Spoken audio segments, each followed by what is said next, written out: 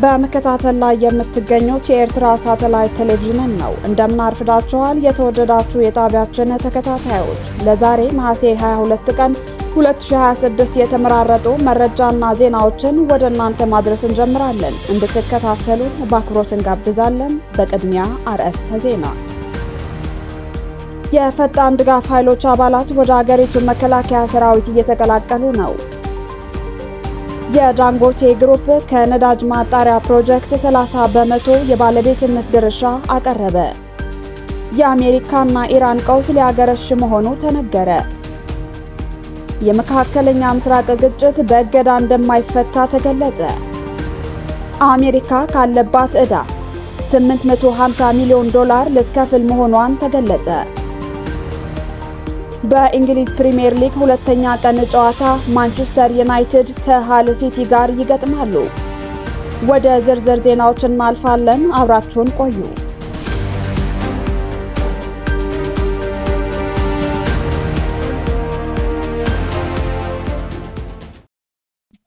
የፈጣን ድጋፍ ኃይሎች አባላት ወደ አገሪቱ መከላከያ ሰራዊት እየተቀላቀሉ ነው።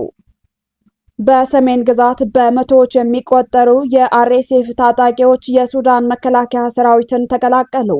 ቡድኑን የሚከዱ አባላት ቁጥር እየጨመረ መምጣቱ የአገሪቱ መገናኛ አውታሮች ዘገባ ያመላክታል። በሰሜን ግዛት አዛዦችን ጨምሮ በመቶዎች የሚቆጠሩ የፈጣን ድጋፍ ኃይል ታጣቂዎች ቡድኑን በመክዳት ባለፈው ሳምንት የሱዳን መከላከያ ሰራዊትን መቀላቀላቸው ተገልጿል። ይህም በአርኤስኤፍ ቡድን አንድነት ላይ እያደገ የመጣ ፈተና ሊሆን እንደሚችል የሀገሪቱ መገናኛ ብዙሃን ዘግበዋል። ነሐሴ 7 ቀን በደባ አካባቢ የሚገኙ ባለስልጣናት እንደገለጹት 21 የአርኤስኤፍ አዛዦችና ከምድብ 55 እና 47 የተውጣጡ 207 ታጣቂዎች 37 የጦር ተሽከርካሪዎችን ይዘው እጃቸውን ሰጥተዋል። የድንበር ጥበቃ ኃይል አዛዥ ኮሎኔል መሐመድ ሳልህ ዩኒስ ቡድኑን የተቀበሉ ሲሆን ሌሎች የአርኤስኤፍ አባላትም መሳሪያቸውን አስቀምጠው ሰራዊቱን እንዲቀላቀሉ ጥሪ አቅርበዋል። የሱዳን ባለስልጣናት እንዳሉት ነሐሴ 13 ቀን 4 አዛዦችን ጨምሮ ተጨማሪ 318 የአርኤስኤፍ አባላት እስከ 50 የሚደርሱ የጦር ተሽከርካሪዎችን በመያዝ ዳባ ከተማ ገብተዋል። የቡድኑ መሪ እንደሆኑ የተነገረላቸው ሌተናል ኮሎኔል ሙሳ አሊ አህመድ እዚህ ውሳኔ ላይ የደረሱት በአርኤስኤፍ ውስጥ ተቃዋሚ መዋቅር ባለመኖሩና የሱዳንን አንድነት ለመደገፍ መሆኑን ተናግረዋል። ታጣቂዎቹ ቡድኑን የከዱት በርካታ አዛዦችና ታጣቂዎች አርኤስኤፍን እየለቀቁ ባሉበት ወቅት ነው። ይህ አዲስ ቡድን ከመድረሱ አስቀድሞ ከሰሜን ዳርፉር ከ300 በላይ የአርኤስኤፍ አባላት መውጣታቸውን የተነገረ ሲሆን የተደረገው አቀባበል ግን በጦርነቱ ወቅት በፈጸሟቸው ጥሰቶች ምክንያት ከዳርፉር ታጣቂ ቡድኖችና ከሰብአዊ መብቶች ተሟጋቾች ዘንድ ትችት አስተናግዷል። ምንም እንኳን ከቡድኑ የሚወጡ ታጣቂዎች ቁጥር እየጨመረ ቢሆንም በዳርፉር፣ በኮርዶፋን፣ በብሉ ናይል እና በሌሎች የሱዳን ክፍሎች ውጊያው አሁንም ቀጥሏል። በሱዳን የመከላከያ ሰራዊትና በአርኤስኤፍ መካከል ሚያዝያ 2023 የተጀመረው ጦርነት ለበርካታ ሰዎች ሕይወት ማለፍ፣ ለከፍተኛ መፈናቀልና ለትልቅ ሰብአዊ ቀውስ መከሰት ምክንያት ሆኗል።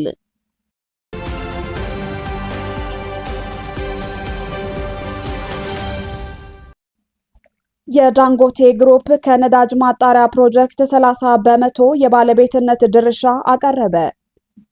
የዳንጎቴ ግሩፕ በምስራቅ አፍሪካ ቀጠና ለሚገነባው አዲስና ግዙፍ የነዳጅ ማጣሪያ ፕሮጀክት የቀጠናው ሀገራት በአጠቃላይ $1.5 ቢሊዮን የሚገመት 30 በመቶ የባለቤትነት ድርሻ እንዲወስዱ ግብዣ ማቅረቡን የኬንያው ፕሬዝዳንት ዊሊያም ሩቶ ከፍተኛ የኢኮኖሚ አማካሪ ዴቪድ ኒዳይ አስታወቁ።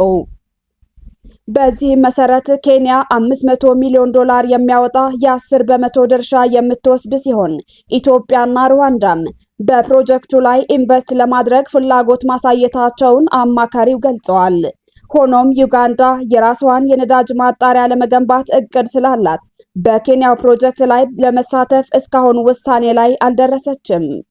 የአፍሪካው ከበርቴ አሊኮ ዳንጎቴ በናይጄሪያ የገነባውን ግዙፍ ማጣሪያ በኬንያ ለመድገም ያቀደ ሲሆን የፕሮጀክቱ ወጪ $16 ቢሊዮን እንደሚደርስ ተገምቷል።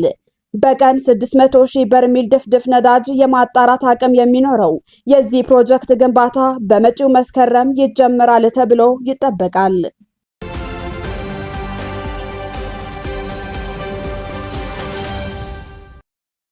የአሜሪካና ኢራን ቀውስ ሊያገረሽ መሆኑ ተነገረ።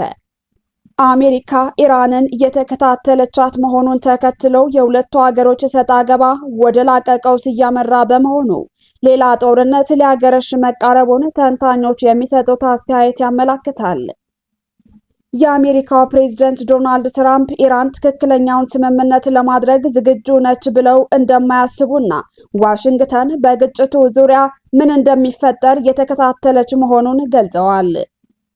ፕሬዝዳንቱ የፕሬዝዳንቱን አውሮፕላን ከመሳፈራቸው በፊት ለጋዜጠኞች በሰጡት ቃል አሜሪካ በኢራን ላይ ያላት ወታደራዊ አማራጮች የተገደቡ ናቸው ወይ ተብለው ለቀረበላቸው ጥያቄ ይህ ማለት ምን እንደሚፈጠር እያየን ነው ማለት ነው ሲሉ ምላሽ ሰጥተዋል። ከሆርሙዝ ባህረ ሰላጤ ጋር በተያያዘ በዚያች ጠቅላላ ቀጠና ላይ እንዲሁም ወደ ውስጥ ዘለቅ ባሉት የምድር ከፍተኛ ላይ ሙሉ ቁጥጥር አላት ያሉት ትራምፕ፣ በመሆኑም ኢራኖች ስምምነት ማድረግ በጣም ይፈልጋሉ፣ ነገር ግን በእኔ እምነት ትክክለኛውን ስምምነት ለማድረግ ገና ዝግጁ አይደሉም በማለት አክለው ገልጸዋል።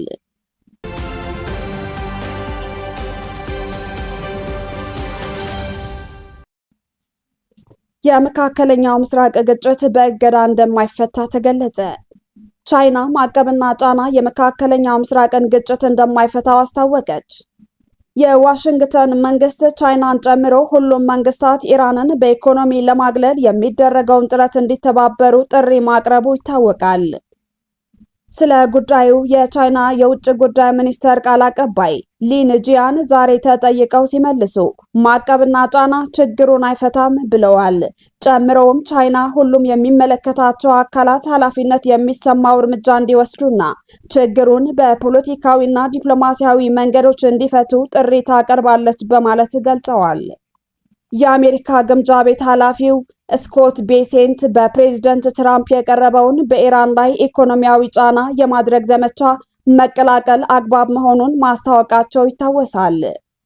ቤሴንት ትላንት ከሲኤንቢሲ ጋር ባደረጉት ቃለ ምልልስ ቻይና ዘመቻውን እንድትቀላቀል አሜሪካ ጫና ታደርግ እንደሆነ ተጠይቀው ሲመልሱ በርካታ ውይይቶችን በግል ማድረግ ጥሩ ነው በማለት ቢያድበደብሱም ቻይና እቅዱን እንድትቀላቀል ጥሪ አቅርበው ነበር።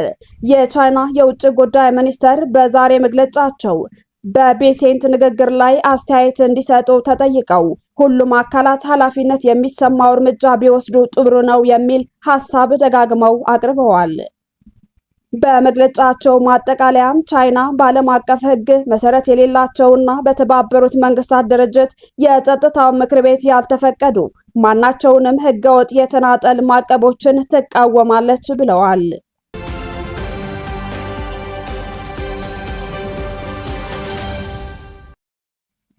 አሜሪካ ካለባት ዕዳ 850 ሚሊዮን ዶላር ልትከፍል መሆኗ ተገለጸ። የአሜሪካ መንግስት ለተባበሩት መንግስታት ድርጅት መክፈል ከነበረበት በቢሊዮኖች የሚቆጠር ውዝፍ ዕዳ ውስጥ 850 ሚሊዮን ዶላሩን ለመክፈል ማቀዱን ለአገሪቱ ኮንግረስ አሳውቀዋል። ይህ ክፍያ የትራምፕ አስተዳደር የተመድ ዋነኛ የገንዘብ ደጋፊነቱን ለመቀጠል ተቋሙ ላይ መዋቅራዊ ማሻሻያ እንዲደረግ ከጠየቀ ወዲህ የሚፈጸመው ከፍተኛው ክፍያ መሆኑ ተነግረዋል። አሶሺየትድ ፕሬስ ያገኘው መረጃ እንደሚያመላክተው የአሜሪካ የውጭ ጉዳይ መስሪያ ቤት ካቀደው ጠቅላላ ክፍያ ውስጥ 725 ሚሊዮን ዶላሩ የተመድን መደበኛ በጀት ለመደገፍ የሚውል ነው።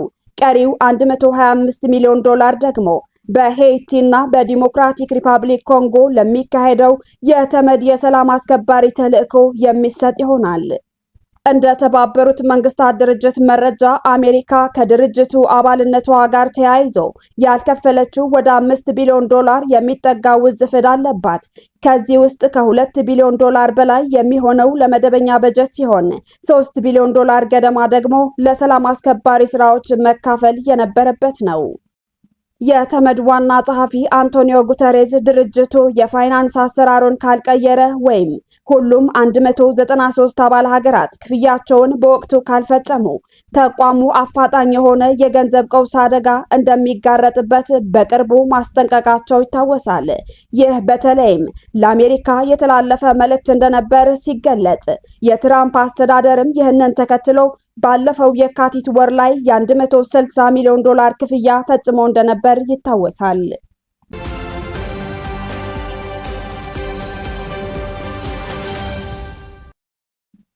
በመጨረሻም ዜና ስፖርት።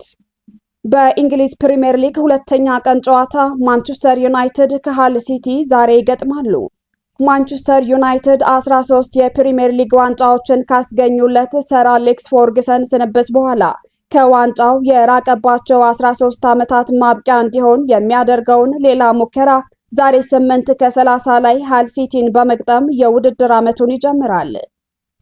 አማካይ ክፍሉን በማጠናከሩ ሂደት ላይ አተኩሮ በዝውውር መስኮቱ የተሳተፈው ዩናይትድ ከቀድሞው የውድድር ዓመት አጋማሽ በኋላ በማይክል ካሪክ ስር ያሳለፈውን ውጤታማ ጊዜ የማስቀጠል ውጥን ይዞ ወደ ሜዳ ይገባል። ካሪክ ዩናይትድን በመረባቸው 17 ጨዋታዎች በ12ቱ በማሸነፍ ከሁሉም የፕሪሚየር ሊጉ ክለቦች በላቀ ሁኔታ 39 ነጥብ መሰብሰብ ችሏል። ለዚህም ነው ሃሪ ማጓየር በዚህ የውድድር ዓመት 21ኛ የፕሪሚየር ሊግ ዋንጫችንን ለማንሳት አቅደናል የሚል ሐሳብ የሰነዘረው። ማንቸስተር ዩናይትድ ከሃል ሲቲ ጋር በፕሪሚየር ሊጉ ካደረጋቸው 10 ጨዋታዎች በ8ቱ አሸንፎ በሁለት ጨዋታዎች አቻ በመውጣት ሙሉ የበላይነት አለው። በዛሬው የኤምኬኤም ስቴዲየም ጨዋታ ማንቸስተር ዩናይትድ አዲስ ፈራሚዎችን ዩሪ ቴሌማንስ እና አንድሬ ሳንቶስን እንደሚጠቀም ይጠበቃል። ማቲያስ ዴሊክት በጉዳት ምክንያት እንደማይሰለፍ፣ ቤንጃሚን ሼሽኮ ወደ ልምምድ እንደተመለሰ እንዲሁም ሜሰን ማውንት በስብስቡ ውስጥ ሊካተት እንደሚችል አሰልጣኝ ማይክል ካሪክ ተናግረዋል። ማርከስ ራሽፎርድም ከ18 ወራት በኋላ በሊጉ ለዩናይትድ ሊጫወት እንደሚችል ፍንጭ ሰጥቷል። በሌላ በኩል በቀድሞው የውድድር ዓመት በጥቂት ርቀት ከመውረድ የተረፈውና ሳንድሮ ቶናሊን እንዲሁም ማቲያስ ፈርናንዴዝን በመሰሉ ውድ ዝውውሮች ቡድኑን ያጠናከረው ቶተንሃም ብሬንትፎርድን ምሽት 1 ከ30 ሲል የሚገጥምበት ጨዋታ ሌላኛው የዕለቱ ተጠባቂ መርሃ ግብር ነው። ኤቨርተን ከክሪስታል ፓላስ፣ ኤፕስዊች ታውን ከሰንደርላንድ እንዲሁም ኖቲንግሃም ፎረስት ከሊድስ ዩናይትድ ሌሎች የዛሬ የመጀመሪያ ሳምንት የእንግሊዝ ፕሪሚየር ሊግ ጨዋታዎች ናቸው። ትላንት በአርሰናል የ3-0 ድል የተጀመረው የእንግሊዝ ፕሪሚየር ሊግ ዛሬስ ማንቸስተር ዩናይትድ እና ሌሎች ክለቦች ምን ሊገጥማቸው ይችላል? ግምታችሁን አጋሩን እንላለን። ውድ የኢሬሳ ቴሌቪዥን ተከታታዮች ለዛሬ የተሰናዱ የረፋት ዜናዎቻችን በዚሁ አበቃን። በቀጣይ በሌላ የዜና ጥንቅር እስከምንገናኝ መልካሙን ሁሉ ተመኘን። ሰላም።